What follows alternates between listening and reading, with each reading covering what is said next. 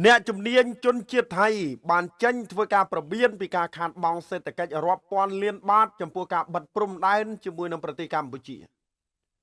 សភាពាណិជ្ជកម្មថៃប្រចាំខេត្តច័ន្ទបុរីបាទខេត្តនេះអតីតដីខ្មែរសុទ្ធបានសម្ដែងការព្រួយបារម្ភចំពោះការបិទជាបណ្ដោះអាសន្ននៃច្រកព្រំដែនជាមួយនឹងប្រទេសកម្ពុជាដោយប្រមានថាវិធានការបែបនេះអាចបណ្ដាលឲ្យមានការខាតបង់ផ្នែកសេដ្ឋកិច្ចរាប់ពាន់លានបាតនេះបើយោងទៅតាមការចុះផ្សាយរបស់កាសែតក្នុងស្រុកថៃកាលពីថ្ងៃទី8ខែមិថុនា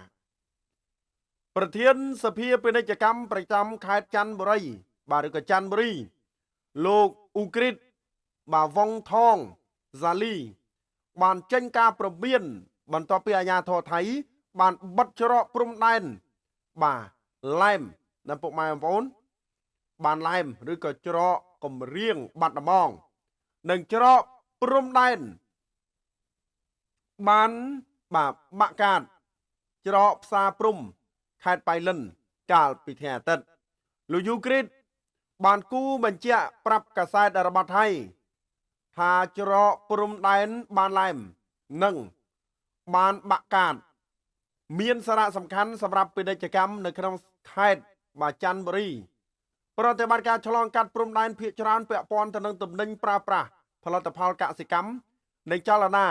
អ្នកធ្វើដំណើរថៃនិងកម្ពុជារួមទាំងកម្មករកម្ពុជាដែលធ្វើការនៅក្នុងរោងចក្រកែច្នៃផ្លែឈើក្នុងស្រុកថៃអ្នកជំនាញដដែលបន្តទៀតថាការវិវត្តណាមួយនាពេលអនាគតត្រូវតែមានការត្រួតពិនិត្យឲ្យដិតដល់ព្រោះវិធានការរបស់រដ្ឋាភិបាលនៅសន្តិសុខអាចផ្លាស់ប្ដូរបរិយាកាសនៅព្រំដែនលោកយូគ្រីតបានប្រមានទៀតថាការបិទច្រកព្រំដែនអូសបន្លាយរយៈពេលជាច្រើនខែអាចរំខានដល់ការធ្វើពាណិជ្ជកម្មព្រំដែនដោយសារតែច្រកចេញចូលទាំងនេះជួយសម្រួលដល់ការផ្លាស់ប្ដូរពាណិជ្ជកម្មប្រចាំថ្ងៃរវាងសហគមន៍ថៃនិងកម្ពុជាក្តីបារម្ភចម្បងមួយនោះគឺផលប៉ះពាល់ដល់កម្មករកម្ពុជាដែលរួមចំណែក 80% នៃកម្លាំងពលកម្មក្នុងរោងចក្រកែច្នៃផ្លែឈើនៅក្នុងខេត្តច័ន្ទបុរីដែលអាចបង្កជាបញ្ហាប្រឈមសំខាន់សម្រាប់រោងចក្រមិនមែនតែអ្នកជំនាញមួយរូបនេះនោះទេដែលបារម្ភពីផលប៉ះពាល់គណៈមើលឃើញពីការគ្រប់គ្រងលើការបិទច្រកព្រំដែនជាឯកតោភាគីរបស់ថៃដើម្បីការពារសន្តិសុខជាតិតាមការអះអាងរបស់អាជ្ញាធរថៃនោះអ្នកជំនាញខ្លះបានលើកឡើងថាបញ្ហានេះនឹងបង្កការធ្លាក់ចុះនៃពាណិជ្ជកម្មឆ្លងដែននិងការចំណាយរបស់ប្រជាជនក្នុងតំបន់ដែលប៉ះពាល់ខ្លាំងដល់អាជីវកម្មថៃផងដែរកាសែត The Nation របស់ថៃបានចេញផ្សាយដោយដកស្រង់សម្ដីរបស់លោកប្រាកុបឆៃសង្គ្រាមដែលជាពាណិជ្ជករលក់ដុំនិងរាយនៅក្នុងក្រុមហ៊ុនបាទយ៉ុងសាន់គួនក្រុមក្នុងខេត្តអ៊ូបុនបាទរាជធានីបាទខេត្តនឹងខេត្តខ្មែរអតីតដែនដីខ្មែរទៀតដែលលើកឡើងថាឈ្មួញថៃបានពន្លឿនការដឹកជញ្ជូនទំនិញមកកម្ពុជាខណៈឈ្មួញខ្មែរស្ទាក់ស្ទើរក្នុងការទិញទំនិញថៃព្រោះខ្លាចមិនអាចដឹកជញ្ជូនឆ្លងកាត់ព្រំដែនបាននិងប្រជាជនខ្មែរមួយចំនួនឈប់ប្រើប្រាស់ផលិតផលថៃលោកបន្តយ៉ាងដូចនេះទៀតថាពាណិជ្ជកម្មឆ្លងព្រំដែនជាមួយកម្ពុជារំពឹងថានឹងធ្លាក់ចុះយ៉ាងហោចណាស់10ទៅ20%យ៉ាងណាក៏ដោយការចំណាយក្នុងតំបន់បានធ្លាក់ចុះរួចទៅហើយចំណែកឯប្រធានជាន់ខ្ពស់នៃសភាពាណិជ្ជកម្មប្រចាំខេត្តអ៊ូបុនរាជធានីលោកមង្គលបាទឈុលថាតវិញបាននិយាយទៀតថាតកតងទៅនឹងពាណិជ្ជកម្មសហគ្រាសអាជីវកម្មទៅអាជីវកម្មខ្នាតធំ B2B ដែលចំនួនជួញដូរទំនិញប្រើប្រាស់បានរងផលប៉ះពាល់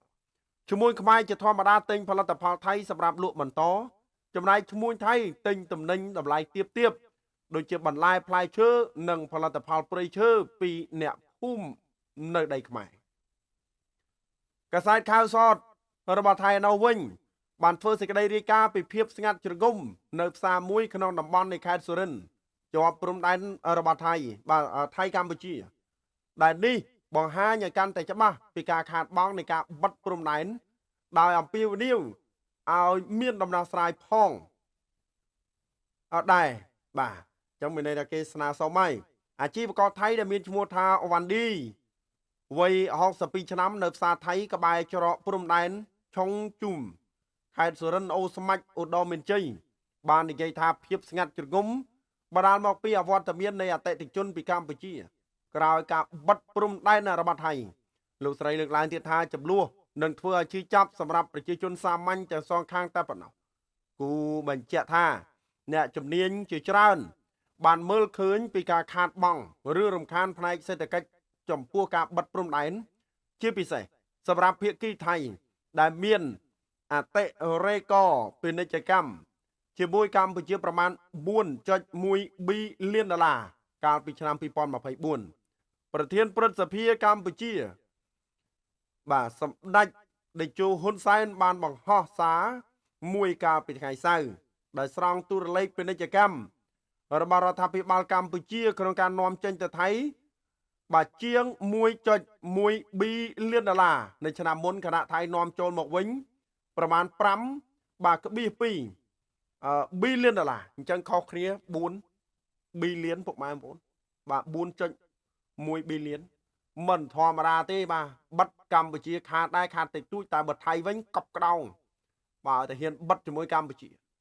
តើតើទៅនឹងព័ត៌មានក៏មានតែប៉ុណ្្នឹងដែរជាចុងក្រោយសូមជម្រាបលា